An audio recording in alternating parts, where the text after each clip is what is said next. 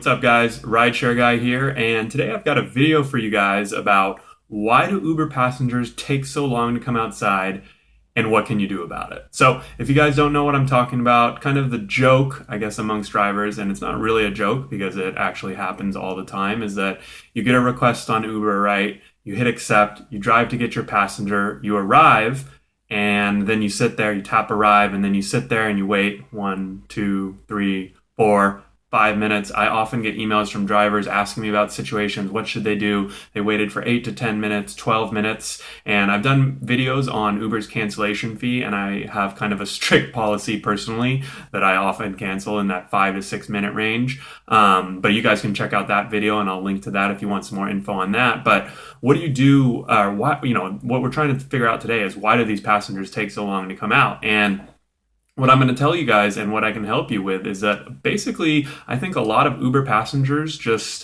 it has a lot to do with the company culture, right? Uber's slogan is everyone's private driver. And compared to Lyft, who's your friend with a car, right? Now on Lyft, passengers are pretty awesome. They tend to come out pretty quickly. And I think that has a lot to do with the fact that, hey, you're probably not going to keep your friend waiting if they come and pick you up, right? Whereas with Uber, everyone's private driver. You're sitting there in your house. It's really not that big of a deal. You don't feel like, hey, there's this driver waiting for me. I have to get downstairs. And unfortunately, that's what a lot of passengers feel like. So here, I'm going to give you guys a few tips on what you can do to basically nicely and gently push your passengers to get downstairs a little quicker. Because the thing that really sucks for drivers is that when you're sitting there waiting, if you haven't started the ride, you don't get paid, right? So you could be sitting there up to 5 minutes, 3, 4, 5 minutes, and you're not getting paid for any of that time, right? And it's not a benefit to anyone. Economically, it doesn't make, the passengers don't get any gain by, taking 5 minutes longer. The driver obviously doesn't get any gain, and it doesn't help Uber either. So it's actually one of the features that I'm recommending in an article that I wrote to Uber that I want to see them change. So I'll definitely link to that article. You guys can check it out. But for now, we got to deal with the situation at hand and how can we best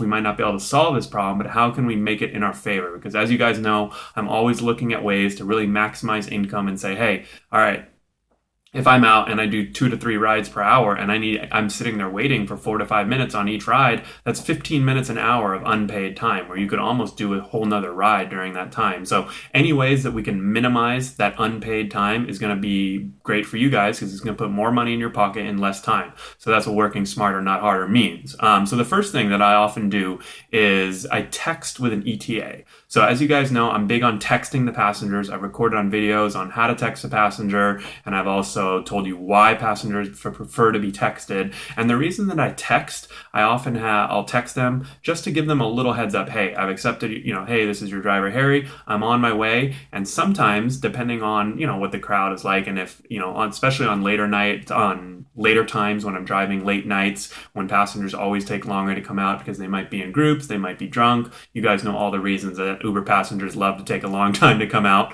Whatever it is, they love to take a long time to come out. And so I'll text them with an ETA. Hey, this is your driver, Harry. I'm 5 minutes away, right? So I have 3 texts. I'm 5 minutes away. I'm 10 minutes away. I'm 10 to 15 minutes away. I really don't find that I ever have ETAs of 10 to 15 minutes in LA and Orange County. You guys might have ETAs in that 10 to 15 minutes range. So in that case, I would definitely shoot a text like that over that sends them, hey, I'm on my way. And then especially if it's in the longer the ETA, the more likely you probably want to send a follow-up text as you're getting nearer. And you guys might be thinking, hey, when do I shoot these texts? When do I send these texts? Because obviously it's unsafe to text and drive. And a lot of times what I do is when I'm pulled over at stoplights or red lights, or even sometimes I'll even pull over if I think that pulling over and shooting a quick text and, the 10 seconds it takes for me to open up a saved text and send it will save me time in the long run. If that saves me 3 or 4 minutes in the long run by just saying, hey, I'm 2 minutes away, I'll see you guys outside soon. So instead of saying be outside or come down now, right, it's kind of more subtle. I'll see you guys outside in 2 minutes, right? So there are a lot of these subtle things that you can do. Do work at stoplights,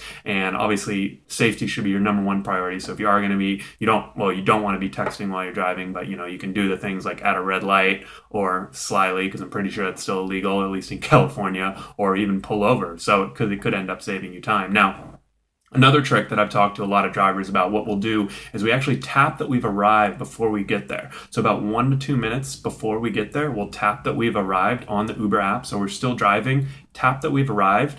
And what that does is that actually notifies the passenger, hey, your Uber driver has arrived. So they'll get a push notification. And this is just another reason why I think it's super important for you guys to understand the app from the passenger side. I recorded videos, I've done articles, and it's always my number one tip for drivers, new drivers, experienced drivers, take a ride as a passenger. Because this is just another example of what you'll learn. You'll learn when the rider is getting push notifications. Is it annoying to send a text saying, hey, I have arrived, when they get a push notification too, right? So it's things like that. But in this case, they'll actually get that push notification 1 to 2 minutes, depending on when you hit that you've arrived, and that should get them out and about and outside. And there's lots of things. It really isn't a problem if they walk outside and you're not there yet. They might call you and you say, oh, hey, I pulled down, I'm just half a block away, or I pulled down the street too far. Just whatever you need to do. Just keep it cool, keep it casual. No one's going to be super upset if they have to wait 30 seconds. If you're out there pushing it 3 to 4 minutes, then that's where it gets a little dicey. So that's generally why I say 1 to 2 minutes. Go ahead and push that button and that you've arrived. And it also depends on the time you're driving too, right? For example, I know that just the other weekend I did a bunch of, I call them walk of shame pickups, right? And these people, man, they're ready to go, okay? When I was I didn't need to do any of these tricks. It was 8 a.m., 9 a.m. on a Sunday morning that had a big night of partying. When they request that Uber, they're ready to go. They want to get out of wherever they are.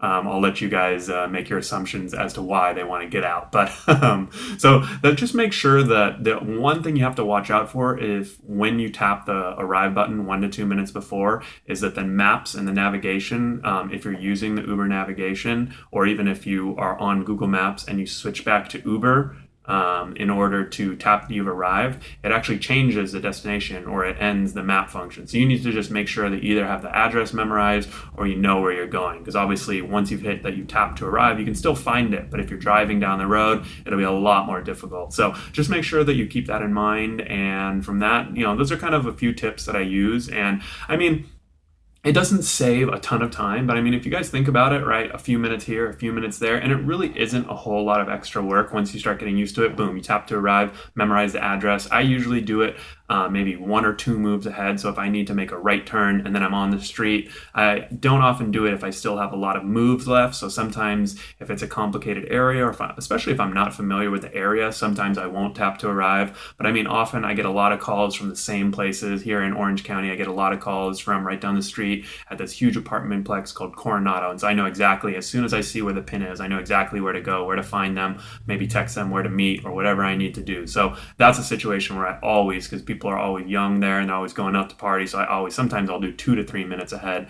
And then, they'll either be waiting there for me or they come down in 30 seconds to a minute. I save myself some time, make a little bit of extra money. And then actually the final tip that I'm going to tell you guys is go ahead and drive for Lyft too. Because as you guys know, I'm a huge proponent of driving for Uber and Lyft, often at the same time. In most cities, the rates are actually higher on Lyft, tips are better, and it's always good to support the underdog. And then in this case, right, you can also have the ability that, hey, these Lyft passengers tend to come out a lot quicker. And I would almost say that it's a stereotype between Uber and Lyft passengers, but I don't think I've met one driver who's ever told me that, oh man, Uber passengers, they come out really quickly, really on time, and Lyft is the opposite, right? I really do feel like that company culture, how Lyft is so much more friendly, and the community aspect, I really do feel like that makes a difference. And subconsciously to these passengers, that makes them come down a lot quicker because they don't want to keep their friend waiting or someone that they have a more personal relationship with. Uber, it kind of sucks, and I'm hoping one of the things that I'm requesting for Uber to do is start educating the passenger, say, hey, be ready to go, because with things like Uber Pool coming on, right, that you're only supposed to wait 2 minutes for these passengers to come. So there's a lot of these new things coming on that are going to make it a little more difficult for drivers. So hopefully Uber will listen up and start adding some features like this that are going to actually help drivers. So, all right, guys. Hope you guys enjoyed this video. If you have any questions, comments, or concerns, definitely leave a comment right below. Shoot me an email. I reply to every single email that I get. So no matter what you send, even if it's good or bad, I'll send something back. And if you have any questions, just let me know. All right, take care, guys.